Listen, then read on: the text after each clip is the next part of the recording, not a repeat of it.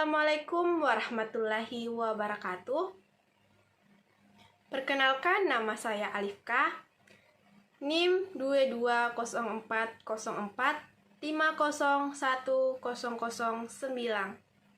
dari kelas C, jurusan Psikologi Pendidikan dan Bimbingan, Prodi Bimbingan Konseling, Fakultas Ilmu Pendidikan, Universitas Negeri Makassar. Dalam video kali ini, saya akan menyelesaikan salah satu tugas saya, yaitu tugas UTS Psikologi Pendidikan, di mana dalam mata pelajaran Psikologi Pendidikan, dosen pengampu Bapak Sulfikri, SPD, MPD. Yang pertama, kita akan menjelaskan atau memahami apa pengertian dari konsep diri. Konsep diri sangat penting atau sangat berperan penting pada kepribadian. Karena dalam konsep diri, seseorang semua mempunyai kepribadian yang berbeda. Dan itu merupakan salah satu konsep diri, seperti karakter diri, moral, etika, sifat, dan juga motivasi. Dalam konsep diri, kita akan memahami semua itu. Konsep diri juga bisa diartikan sebagai sesuatu pemahaman, di mana individu harus memahami atau mengetahui tentang diri mereka, memahami diri mereka. Pengertian konsep diri juga bisa diartikan sebagai penilaian individu terhadap dirinya. Karena dalam konsep diri, seseorang mempunyai kepribadian yang berbeda, dan disitulah mereka akan memahami diri mereka. Seperti saya memahami diri saya, di mana sih sebenarnya cara yang baik bagi saya, dan juga bagaimana saya bisa mengembangkannya. Pengembangan diri merupakan pengembangan di mana pada diri kita atau pengembangan dalam individu. Dalam pengembangan diri, kita harus memahami diri kita terlebih dahulu. Karena sebelum kita mengembangkan potensi atau kemampuan kita, kita juga harus memahami diri kita terlebih dahulu. Sebenarnya, apa sih potensi pada diri saya? Apa yang harus saya kembangkan pada diri saya? Apa yang harus saya lakukan untuk kedepannya? Dalam pengembangan diri, kita harus memahami hal tersebut. Jangan asal-asalan mengambil keputusan tanpa memperhatikan kondisi diri kita. Setiap individu itu mempunyai salah satu potensi dan kemampuan pada diri mereka, dan itu akan dikembangkan sesuai dengan kemampuan, karena kemampuan pada diri kita juga terbatas. Jangan menyanyiakan potensi dan juga bakat pada diri kita. Dan jangan lupa untuk terapkan motivasi pada diri kita, karena motivasi itu sangat penting. Walaupun kita mempunyai bakat, tapi tidak adanya motivasi ataupun tekad untuk mencapai sesuatu, itu tidak akan bisa selesai. Tapi karena adanya tekad dan kemampuan dan juga keinginan untuk meraih atau mengembangkan diri, itu semua akan bisa dilakukan. Dan jangan lupa untuk selalu belajar dan terus belajar.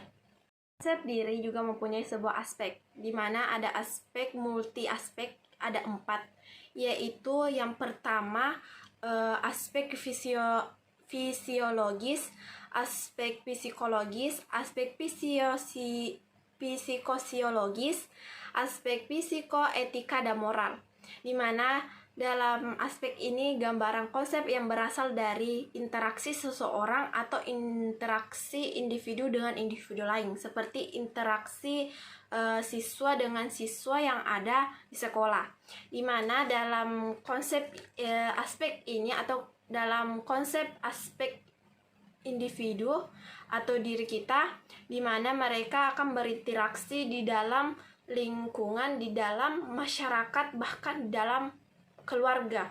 Dan ini merupakan salah satu aspek, di mana aspek pertama yaitu yang saya ketahui, yaitu etika dan moral. Ini akan berpengaruh dalam lingkungan keluarga. Pasti anak yang masih kecil pasti sudah diajarkan tentang etika, budaya, sosial, dan juga lingkungan di sekitar kita, sekitar anak tersebut. Karena lingkungan A dan B pasti berbeda-beda, dan terkadang mereka akan dipertemukan seperti saya saat ini yang melanjutkan perguruan tinggi bergabung dengan teman-teman saya yang berada dari daerah lain. Dan mungkin pemahaman kita pasti berbeda-beda dari konsep diri kita tersendiri, seperti kepribadian dan juga cara kita diberikan pelajaran atau etika moral dari orang tua. Dan etika dan moral dari orang tua pastikan semua baik dan bagus. Tapi adat dan istiadat itu pasti berbeda-beda. Itu merupakan salah satu aspek yang bisa saya jelaskan. Faktor yang bisa mempengaruhi konsep diri. Yang pertama adalah orang tua.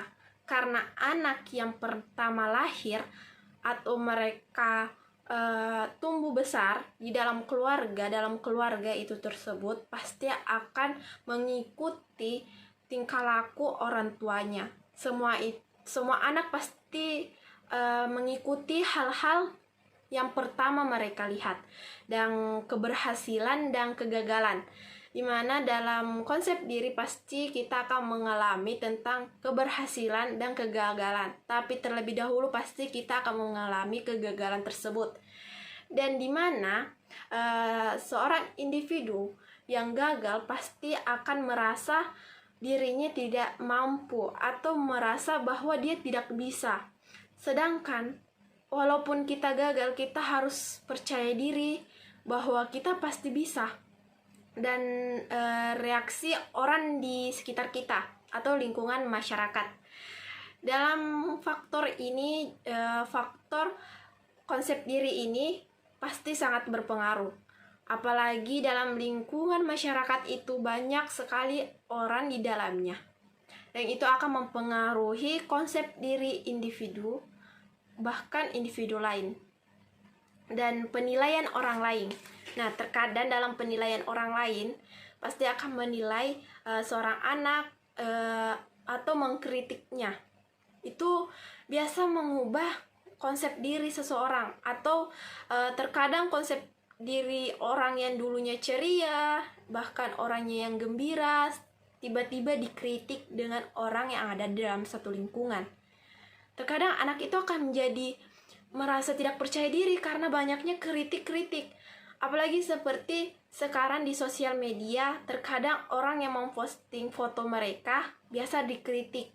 Itu membuat sebuah individu akan merasa malu atau merasa tidak percaya diri. Dan itu akan mengubah konsep diri mereka. Itu merupakan salah satu faktor konsep diri. Komponen konsep diri. Yang pertama adalah identitas diri. Semua orang pasti mempunyai identitas masing-masing. Yang kedua adalah ideal diri. Yang ketiga adalah harga diri, di mana harga diri ini merupakan salah satu sesuatu yang ada pada diri kita yang harus kita jaga.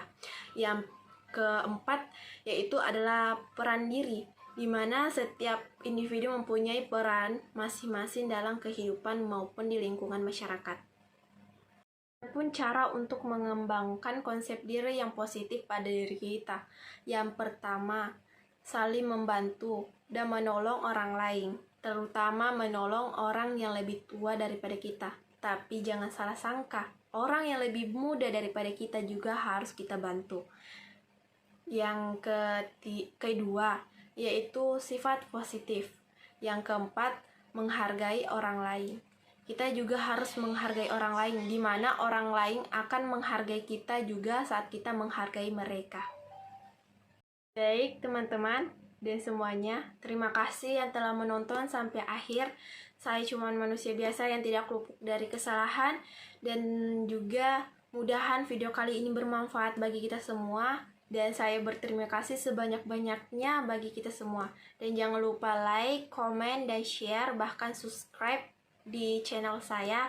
Dan sampai jumpa di video selanjutnya. Wassalamualaikum warahmatullahi wabarakatuh.